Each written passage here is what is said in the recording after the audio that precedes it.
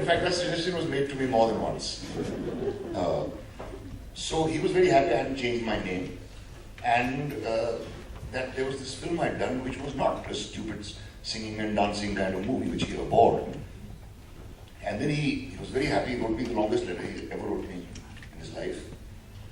But he wondered whether these were the kind of films which will continue to be made. So he said, you have to maybe find employment in the other kind, much as I hate those movies, but maybe you should look for employment in the other kind as well. And Nishan must have been shocking for him. Surprisingly, it wasn't, you see, because I think, neither for my mom, because I think... See, it's a very sordid story.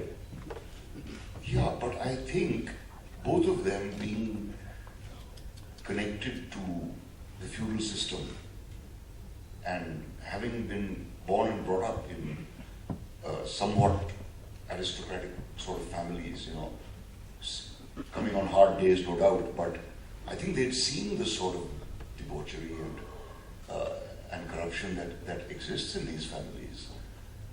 And so I don't think it shocked them terribly. I think in the families themselves there were many scary stories about the deeds of some of the members. Somewhere in the book, I think in an early part, you talk about this difficult relationship with your father. And do I feel that, that with every actor there has to be some problem in the family or in childhood for that person to be an actor? I think that's why we become actors. I think that's why we enjoy hiding ourselves behind other people. I mean, I don't mean to do any pop psychology here, but I really think it's it drove me to be an actor, I know that for sure. Because I was an unhappy kid, I had no friends, I was no good at class, I was no good at anything. The only thing I loved doing was watching movies and reading the literature that we had to study in class. So I think that is probably what has distilled into my abilities such as they are as a writer. Because in school we read George Eliot and we read Joseph Conrad and we read Dickens abridged. We read Thomas Hardy. And this is in the school where I was miserable, where the only thing I enjoyed was literature. We were also introduced to Shakespeare by the time we were in class 8. We saw a number of great plays performed by Shakespeare and by other companies. The school did a number of plays, so I was introduced to operas and so on. And my eldest brother was extremely fond of reading. He would always come home with a book or two by Somerset Maugham or Agatha Christie. I left the Agatha Christies alone, but Somerset Maugham I loved reading. P.G. Wodehouse I loved reading. So I suppose that's what that school did for me, much as I hated it. The one thing I discovered in the book is that we have a school in common. That I went to St. Anselm's in Ajmer just for a couple of years when The trouble is when anybody asks you, learned you studied in Ajmer, they immediately say Mayo College. Yeah, the same Mayo College. No. I went to the other one, the other school. It was a good school if I remember. I was very young, but I stayed only a couple of years, so I don't have too many memories. Which years were these? Except that I had to learn to sing My Grandfather's Clock. It was too large for the shelf, so it stood 90 years on the floor. This must have been well before my time.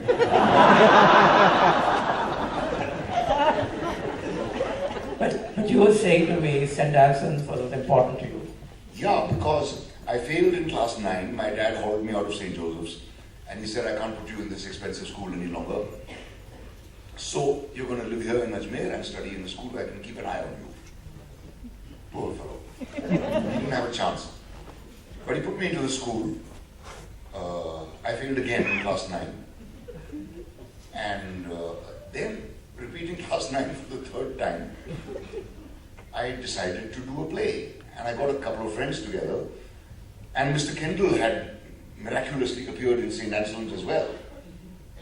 And this is Geoffrey Kendall of Shakespeareana, who toured around India with with a group of people, actors, many of them English, and did Shakespeare all over the country. All over the country, to schools, to colleges. They never did a commercial production.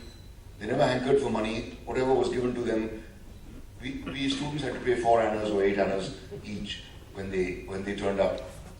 And they would live with us, and they would eat with us, and they would play with us, and it was just wonderful having them around. And then there was Mr. Kendall, who I consider the greatest actor I've ever seen. And not only for his acting abilities, but for his whole approach to theatre and his considering himself a missionary. During the shooting of Junoon, I had a chance to converse with him. And that's when he told me this. So anyway, I decided to do an imitation of, I used to do an imitation of him all the time anyway. So I decided to do it in public. There's a few scenes from The Merchant of Venice. And I got 3 friends together, one of whom played Portia, dressed as a man. Dressed as a woman. Yeah. The guy who played Portia dressed as a man is now a psychiatrist in Chicago. I don't think his playing Portia had anything to do with it. And 2 others playing Antonio and Bassanio. And of course, I played Shyam. And I chose all the speeches I'd known by heart for the last 5 years or so. And I showed off thoroughly. And the whole school, responded to me. It was a new school I was in. I wasn't yet known as an idiot. I had only failed once. So I suddenly became known as this actor guy. And then I did play after play. How old were you then? I was 14. Play after play. And amazingly, everything got better. And I know the story isn't unique, but it really did happen to me. And I got into the school cricket team. I started doing better in classes and everything else. And my dad thought I was applying myself. The fact is, I was just doing what I loved. So that's what St. Anselm's gave me, and Father Cedric Fernandez in particular, one of our teachers who encouraged me greatly, who is still living in Sydney, and to whom I owe a great deal. But Jeffrey Kendall obviously had a great influence on you. Right? You saw him later on as a grown-up. Did you see him acting? Yes. And did you still think he was a great actor? Yes. I was dying to act with him. In fact, and when the time came in the film Junoon, all I had to do was walk up to him and kill him with a sword. I'd waited 20 years for that. It wasn't terribly satisfying, I have to say. But I would have loved to be with him on the stage. I never of course, got to do that. He was, I think, the most versatile actor I've ever seen. His productions were very basic, very austere, and very, very eloquent. And as I've written in the book, I reiterate, I've never heard Shakespeare spoken better. And I've watched Shakespeare in England. The English don't know how to do Shakespeare first. They have no clue. They all stand there and enunciate, and that's all they do. And Mr. Kendall and Mrs. Kendall, Jennifer and Felicity. These 4, the way they spoke Shakespeare, they made it make sense. The same stuff that put us to sleep in class, they would transform into something magical when they spoke it on stage. So that was the first thing, and I just thought he's the greatest actor I've ever seen. I'd also seen movies of Laurence Olivier and Orson Welles in school. We'd seen some of the great actors, Alec Guinness and John Mills and so on. But I thought Kendall was better than any of them. Somewhere you make a reference to the film Julius Caesar. Yeah. And you talk of the scene where Marlon Brando and John Gielgud are together. Yeah. In the frame. And you're saying they're 2 different... Contrasting completely. Brando looks like he's in the wrong film. And to me, he was the only convincing actor in that film. The others, all the great, grand actors, were all acting away splendidly, enunciating beautifully. But I think Brando brought guts to that performance. Can you illustrate that, the 2 acting styles? Well, one is Sir John Gielgud, which is truly, as Peter Brook describes it, he makes sheer alchemy with the words. but he's not a physical actor, and I've never been terribly fond of that kind of actor. I like the combination. That's why I prefer Olivier, because he is physical as well, and his speech is no less beautiful. I think Sir John is a bit stodgy, at the risk of offending any purists here. I love watching him, but I think he's a little bit stodgy for my taste. When you say he's not physical, what do you mean? I mean, he's always very measured in his movements. You don't feel any electricity going on in there. He's not unpredictable, the way Olivier sometimes is, the way Brando always is. And there's this kind of acting which Brando personified, where the spoken word was not of that much importance. He was mumbling all the time. The fact is, you can understand every word he says, despite mumbling. And I've never heard the oratory of Mark Antony spoken better than Brando speaks it. And he doesn't mumble anything there. You can understand every single word he says. Even when in films where he's supposedly mumbling, you don't have to understand every single word to understand the essence of what he's saying. So, I don't unqualifiedly admire Brando. I think he was certainly very great as a film actor.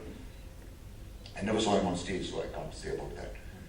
But the two styles are at great variance, and it's represented by Sir John, by Mr. James Mason, by the other gentleman who plays Caesar. I forget his name right now, but he was another great stage actor. And then there are actors like Edmund O'Brien and Marlon Brando, also into American actors. And you can just feel the throbbing quality which they had. So it's not just a question of stage actors and screen actors. No, it's not. Because Brando was a stage actor par excellence as well, according to every report. There's no huge difference, I believe. I think Brando just ran away from the discipline of having to perform in the theatre, which is why he abandoned the theatre. And I think he would give it so much every time that if he had been ever cast as Hamlet or something, he would have probably gone nuts. Because he gave it so much of real emotion every time.